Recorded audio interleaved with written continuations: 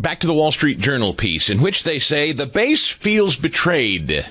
Some of the base feels betrayed. Again, this is anecdotal. It's not scientific. I haven't seen polling on it yet. But overwhelmingly, the polling that I have seen about dealing with Iran and Iran having a nuke, overwhelmingly the country, even Democrats, independents, and certainly most Republicans overwhelmingly know Iran cannot have a nuke. They can't. It's not even a discussion. It's an 80-20 issue. That much we know. Now, where it starts to get muddy and cloudy is striking Iran. And yes, I understand. There is no one who has an appetite for war. Most people don't. John Bolton does. Lindsey Graham does. Folks, I am not a war hawk. Let me say it again. I told you last week, and I mean it still. I believe what Eisenhower warned about. Post-World War II, beware the military-industrial complex. That's a thing. That's real. And yes, I believe people like Lindsey Graham have never, ever, ever missed out on an opportunity to call for war. I am mindful, by the way, that John Bolton is thrilled with what happened over the weekend. That gives me pause. I won't lie. Nothing coming out of John Bolton's mouth. And you know how ugly it was when he left Trump's first term. And do you know why John Bolton left Trump's first term? Because Bolton was constantly beating the drums of war, and Trump was trying to figure a way out. But this is not static. Situations change. Israel is our closest ally, and Iran cannot have a nuke, and everybody understands that Iran means us harm. This is, and it's not a perfect analogy, as I wrote last week and I continue to write about today at the Haram Society, the closest analogy that I can draw to what this is, and it's not a perfect one, and please, you historians, I'm not looking to make perfect historical analogies. But this is like the Cuban Missile Crisis. Donald Trump, much like Kennedy, understands we can't tolerate a nation hostile to us that has the power to annihilate us. Can't tolerate it. And we know what Barack Obama and Joe Biden did to enable Iran. And the Cuban Missile Crisis was just 90 miles away off our shores. Iran's threat is just mere miles, really, from Israel, which is the speed bump to us. We are the great Satan. There is no doubt they want not just death to Israel, but death to us. And I have long warned, and I hope everybody's very, very clear about this. And I was telling my son about this yesterday. Islamo-supremacists are all about two things: conversion or kill you if you don't convert. And Islamists with nukes ought to be a terrifying proposition to most of us, not just Israel. And I say again to people who are constantly obsessed with this being about Israel, I ask you to defend Iran.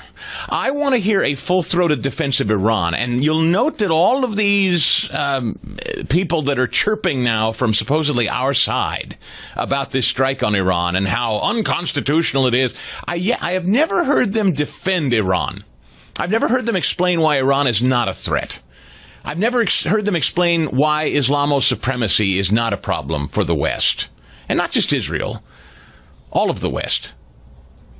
Or any moderate Muslim nation, by the way. And have you noticed how quiet all of the more moderate Muslim neighbors are? There's a reason.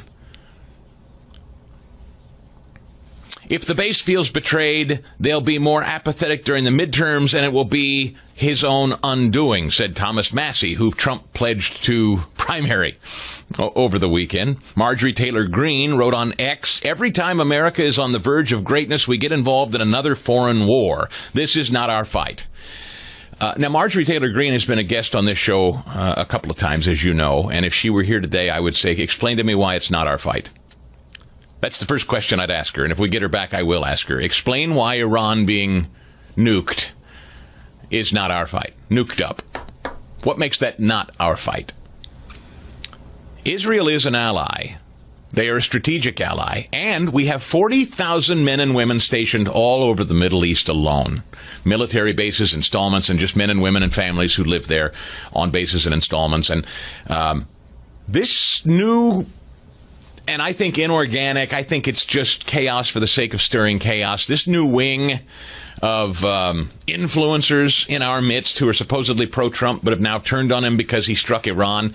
I don't quite know the hearts and minds of every one of them, but by and large, the vast majority of them, you understand the only way they get clicks and downloads and listens is to be at all times counterculture to whatever's going on. At all times. There's no acknowledgement of the threat and the danger of Islamism. Nuclear Islamism. There's no acknowledgement of it at all. And I want you to be very, very clear when you listen to these people who say we're being dragged into a foreign war by Israel. They never talk about Islamo-fascism with nukes. Never. They just talk about Israel. And I don't know what drives it, but it's an uncomfortable flirting, I'll just say, with anti-Semitism, in my opinion. This situation transcends Israel, as I wrote today. This is about safeguarding regional and global stability. It's about preventing a nuclear Iran from dominating the region and extorting the world. October 7th and that tragedy in Israel and the immense cost of dismantling Iran's terror network are direct consequences of the Biden, that was what Sarah Palin called him, Obama-Biden administrations. 16 of the last 20 years have been policies that have emboldened and strengthened Iran. This was an absolute blistering of not just Iran, it was a blistering, a dismantling, a nuking of the Obama legacy, which built Iran to this point that Donald Trump, as usual, has to come in and clean up. President Trump has stepped up where others have faltered, and he has averted global catastrophe as far as I'm concerned. This is a moment of huge historical significance. And I know that this same group of nattering nabob types are now trumpeting what Trump said on Truth Social about regime change yesterday. I hear you. I understand. And so for you people that think he's calling for regime change, I just ask you again, what have we learned about Donald Trump? And why all of a sudden have all of these people who were once pro-Trump and enthusiastic about Trump, why have they all decided that they don't know how to speak Trump anymore? Well, because it's not good for the business model. Donald Trump is not always to be taken literally. All right? Now, Iran just found out he's to be taken literally. When he says something, he means it. But when Trump gets on social media and winks and says things like, and here's the quote, it's not politically correct to use the term regime change, but if the current Iranian regime is unable to make Iran great again, why wouldn't there be regime change? Responding to concerns that the U.S. was entering another war abroad, J.D. Vance and other said Americans are understandably exhausted after 25 years of foreign entanglements in the Middle East. In fact, Pete Hegseth over there at the Pentagon addressed this yesterday, that this is not open-ended. It is not about regime change. Let's go to 2602 here, Paul, if we could. Secretary of Defense Hegseth yesterday morning. As the president has directed and made clear, this is most certainly not open-ended. It doesn't mean it limits our ability to respond. We will respond if necessary. The most powerful military in the world is postured and prepared to defend our people. But what the president gave us, as I said, was a focused, powerful, and clear mission on the destruction of Iranian nuclear capabilities. Those were the targets. That's what was struck. That was overwhelming. That's what was overwhelming. That's what the Iranian regime needs to understand, as the president put out last night. He wants peace. There needs to be a negotiated settlement here. We ultimately demonstrated that Iran cannot have a nuclear capability. That is a very clear mission set on this operation. Now, what do we know about Iran? So again, that's Hegseth doubling down on this message again. This is focused. This was precise. They didn't target oil fields. They didn't target populations. They targeted their nuclear installments. This was a very specific, incredibly executed, very precise strike that was meant to be limited in its focus. And it was a masterclass in military precision, operational secrecy, and most of all, diversion. They were sending flights to Guam. People were like, what the hell? There is no sign that Iran had any clue this was coming. And as such, fatalities, I don't know about fatalities in Iran, but there wasn't a single one involved with American or allied forces.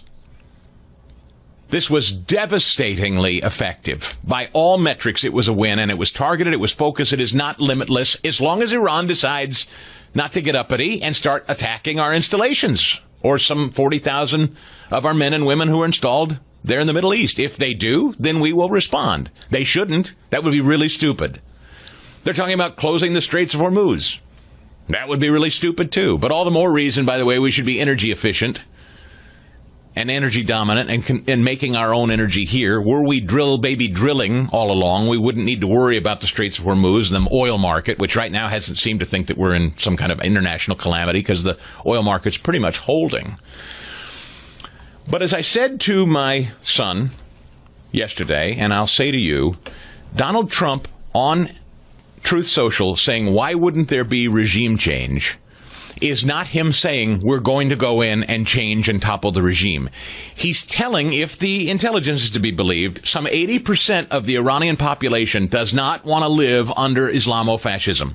Some 80% of the Iranian population, as I'm to understand it, from people that I trust and believe, they're moderates who hate living under this fascistic, religious, totalitarian government. And so Donald Trump is winking at them. He's saying, listen, we've got these people that you're afraid of and you've been living under this oppressive regime. We've got them on the ropes. Now might be the time for regime change. He's winking. He's winking at them. Like he winks when he says Canada ought to be the 51st state. Or like he says we ought to consider buying Greenland. He says stuff like that to get conversations going. He says stuff like that because he knows all the world watches him on social media. He's not ushering in regime change. He's encouraging the Iranians. Hey, we got your back. Go at it. And I think most Trump voters, if they're sincere, understand that about Trump. You don't take everything he says as literal. Sometimes he's just trying to stir the pot, and this is one of those instances. I don't like dishonesty, including people on our side. The Chris Stigall Show podcast.